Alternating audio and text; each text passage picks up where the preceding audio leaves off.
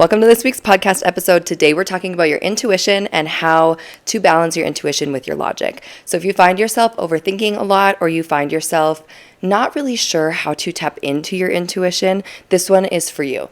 I feel like we can fall into one of two different directions when it comes to logic and intuition. And so usually what that can look like, if you're on the logic side of it, the too hyper logical side, it's out of fear because we want to grasp for control and we're trying to protect ourselves.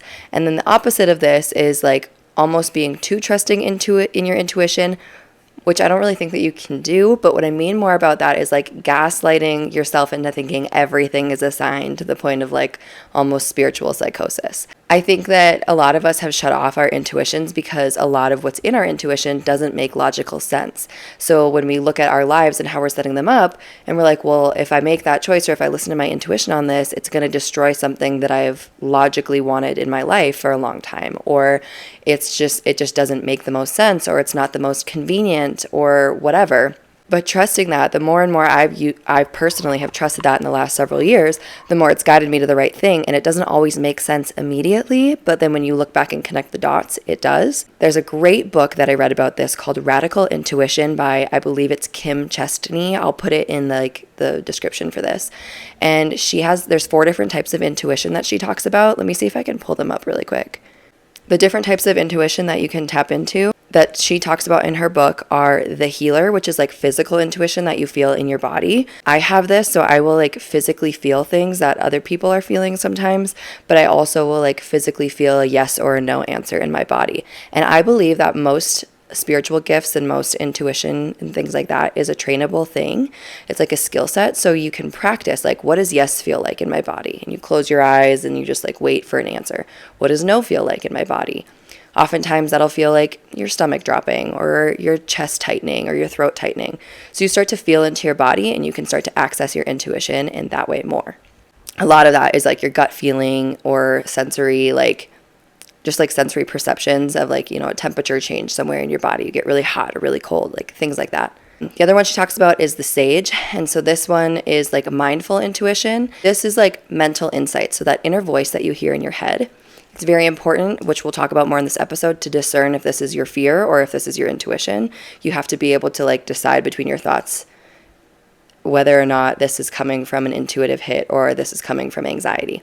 Typically with this one, when you get an intuitive hit like this, it's like an inner knowing that you can't necessarily explain with logic. And that's how I would say that it is intuition versus fear for a quick example, but we'll go into more of it. Visionary is one that she talks about, and that is a creative intuition.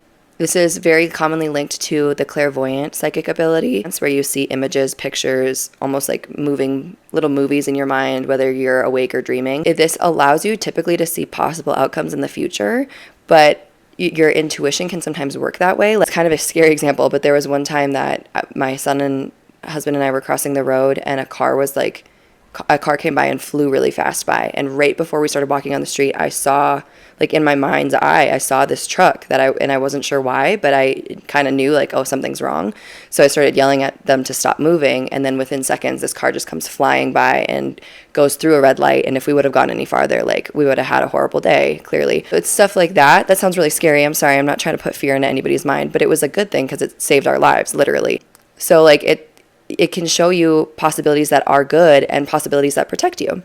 Your intuition is like a built-in protection mechanism, and it also helps guide you towards a future that is better for you.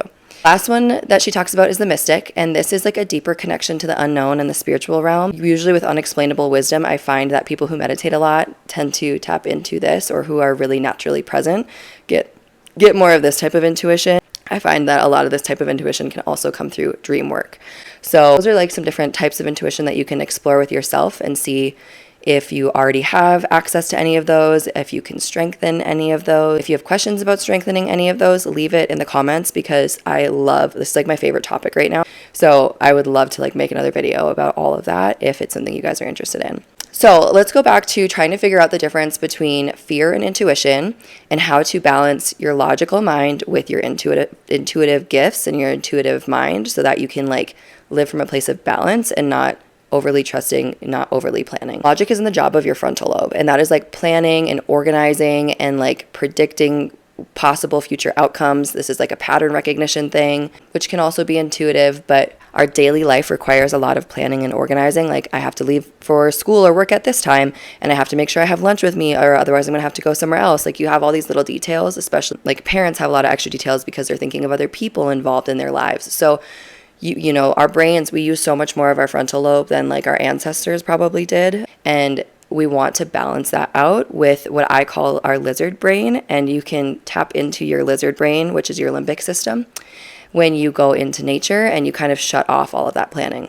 You will notice that when you're really present. You're going to feel it in like your like sensations in your body, gut feelings, emotions. You can notice that you're in this space when you're not paying attention to time. Athletes and musicians are often in flow state during this period. Children kind of live in this space. They're not really worried about what time it is or where they're going or what they have to do next, right?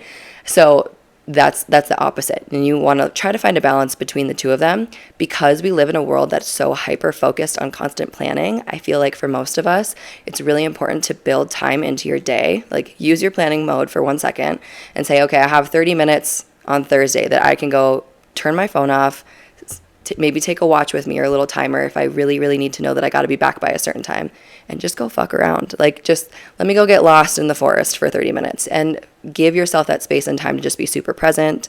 That could also be creating art. It could just be going for a walk outside, whatever it does to take you out of your brain and into your body.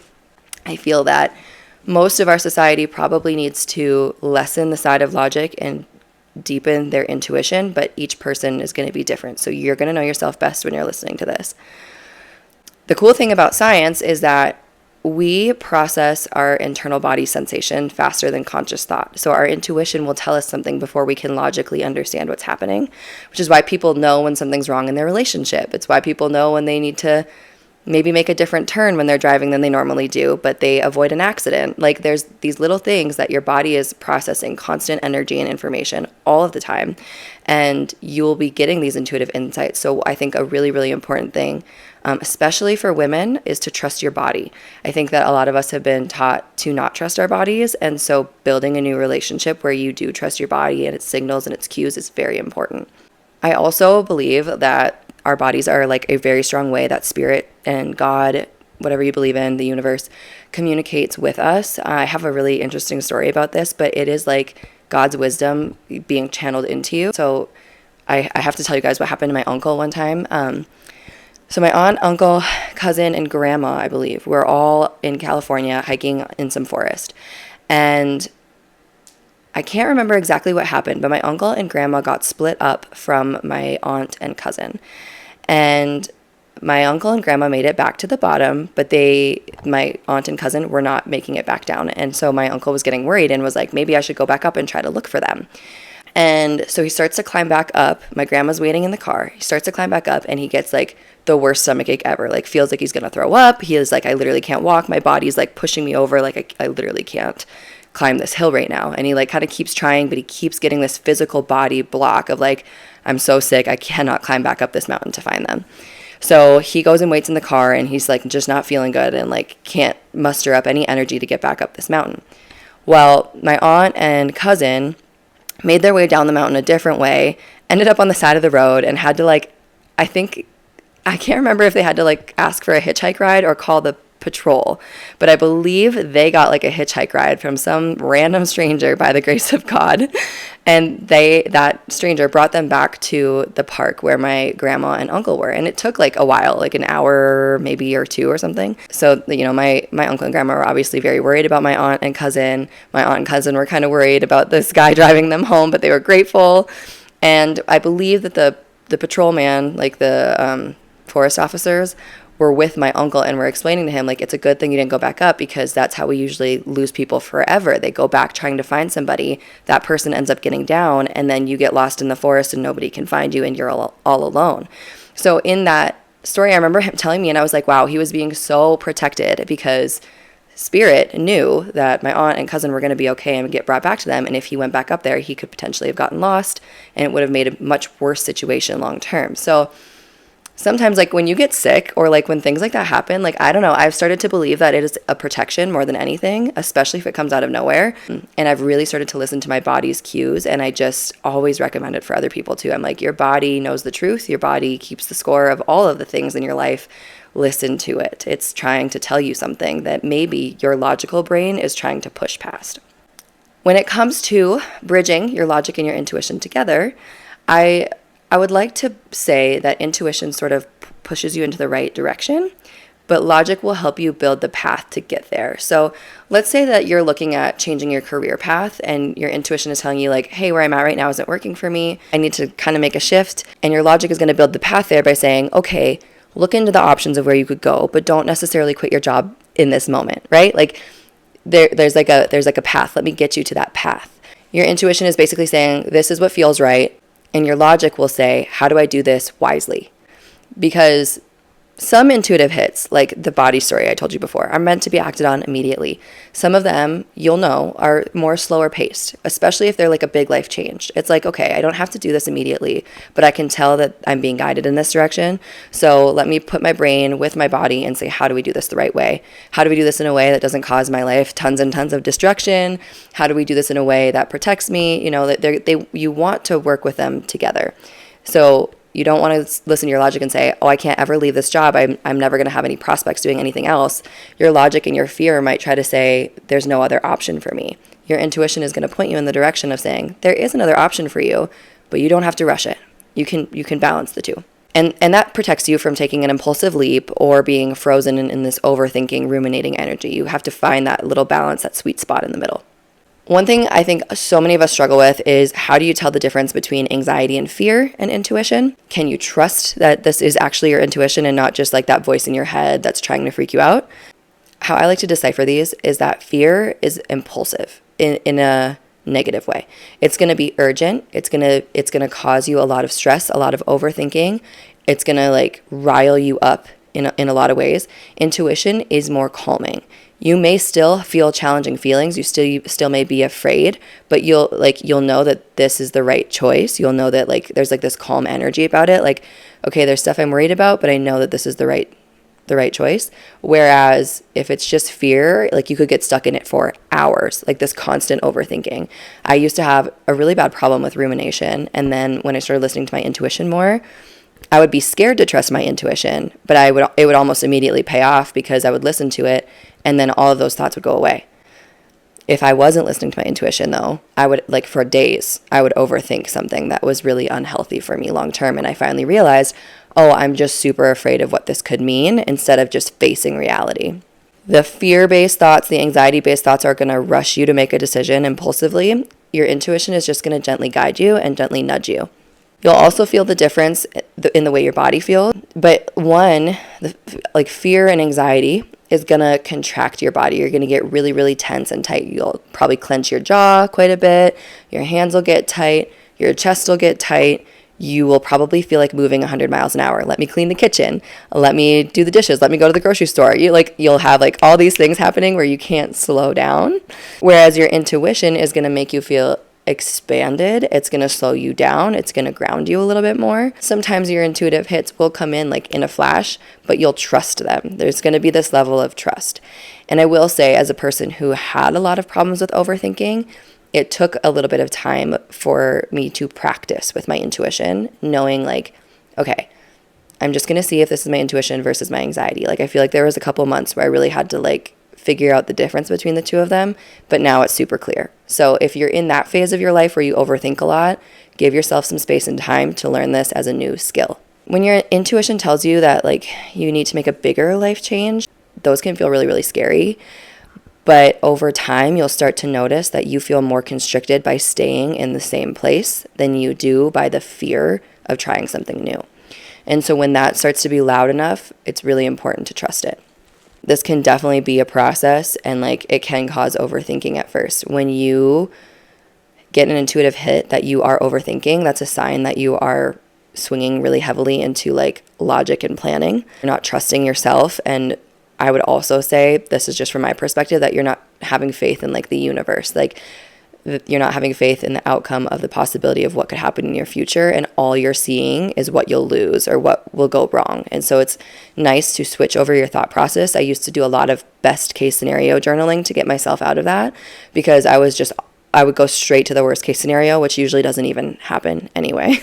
So I was like, okay, I got to flip this so that I can train my brain to seek other opportunities and other outcomes and not just get attached to one outcome that happens to be the worst one, right? And this type of thought process where you like feel like you're not safe to listen to your intuition, it comes usually from traumatic experiences or like long-term not trusting your intuition, but also it can come when we are super attached to something that's not good for us anymore and we need to let it go. But the fear of the unknown, especially if you're not good at trusting your intuition, can feel like almost impossible. So I also recommend like building the skill of the fear of the unknown in small steps. Like, what happens if I do something just a little bit different than my normal routine? What happens if I become a little bit more flexible in the way I think about something? Just start with little things into the unknown so that when you go to make a bigger life change, it's not so scary. You start to trust yourself and learn the difference. Now we're going to go through some quick questions to help you tap back into your intuition. Number 1, where in my life did my intuition guide me before and did a good job? So just like remind yourself of any instances where you had an intuitive hit, listen to it, and it worked out for the best. Number 2, where have I trusted other people's guidance instead of my own intuition? And did that work out well for me long term? That one was a big one for me in how I was supposed to live my life in general, like in a lot of different ways, but especially career. And the more I listen to my intuition, like it's scary sometimes, but it works out way better for me to do that than it ever has worked out to listen to somebody else's advice. We talked about this earlier in the episode, and you can journal on this, but I also think it's wise to just take a few seconds, maybe pause this, and ask one at a time. What does fear feel like in my body? Where in my body do I feel it? Is there a sensation associated with it? Or a color? A shape? This helps you visualize what it feels like so that you can detach from it, like over consuming you, so to speak. Then go ahead and do that again. What does intuition feel like? Where in my body do I feel it? What does that sensation feel like? Is there a color or a shape associated with that feeling? Okay. And the next question is, what decision am I overthinking that actually already feels clear? And even if that's scary, what logical step could support this intuitive nudge? There's a creator, Haley Hoffman Smith. I am so inspired by her. And one of the things that she says a lot is, what's the right next step? Because we get so caught up on like, okay, I got the intuitive nudge, but point A to point B feels like a million miles apart. Start with the right next step. You don't jump like all of that. You're not going to jump from point A to point B immediately. So just, what is the one little tiny thing I could do today that would take me one step closer to that? Then the last question, how can I practice trusting small nudges daily? How can you fit that into your current lifestyle? A few little reminders just on the way out. You don't have to choose between being practical and being intuitive. It is a very beautiful thing to be able to balance the two. Logic will keep you grounded in reality, and intuition will help guide you to the right path. Together, they will build a better life than just living based off of one of them. I think it's so wise to continue, like always remember to trust your body's wisdom and learn how to get into your body if you're disconnected from it. Yoga Nidra is very helpful for that. Stretching is very helpful for that. Gentle movement that you enjoy. And when you receive insight, just balance that out with your action steps. Nothing has to be immediate. Nothing has to be huge. You can always make small steps and do this one day at a time. So I hope that some of that was helpful in helping you learn how to tap back into your intuition and balance it with logic. Like I said, I feel like most of us probably live too much in the logic space, which is why I didn't talk about it as much as I talked about trusting your intuition. But if you guys want more information, like say that you're a person that's like, actually, I'm super in tune with my intuition, I'd love to hear more about logic, I can talk about that too. Just let me know, leave it in the comments, and I will see you guys next week. Mwah!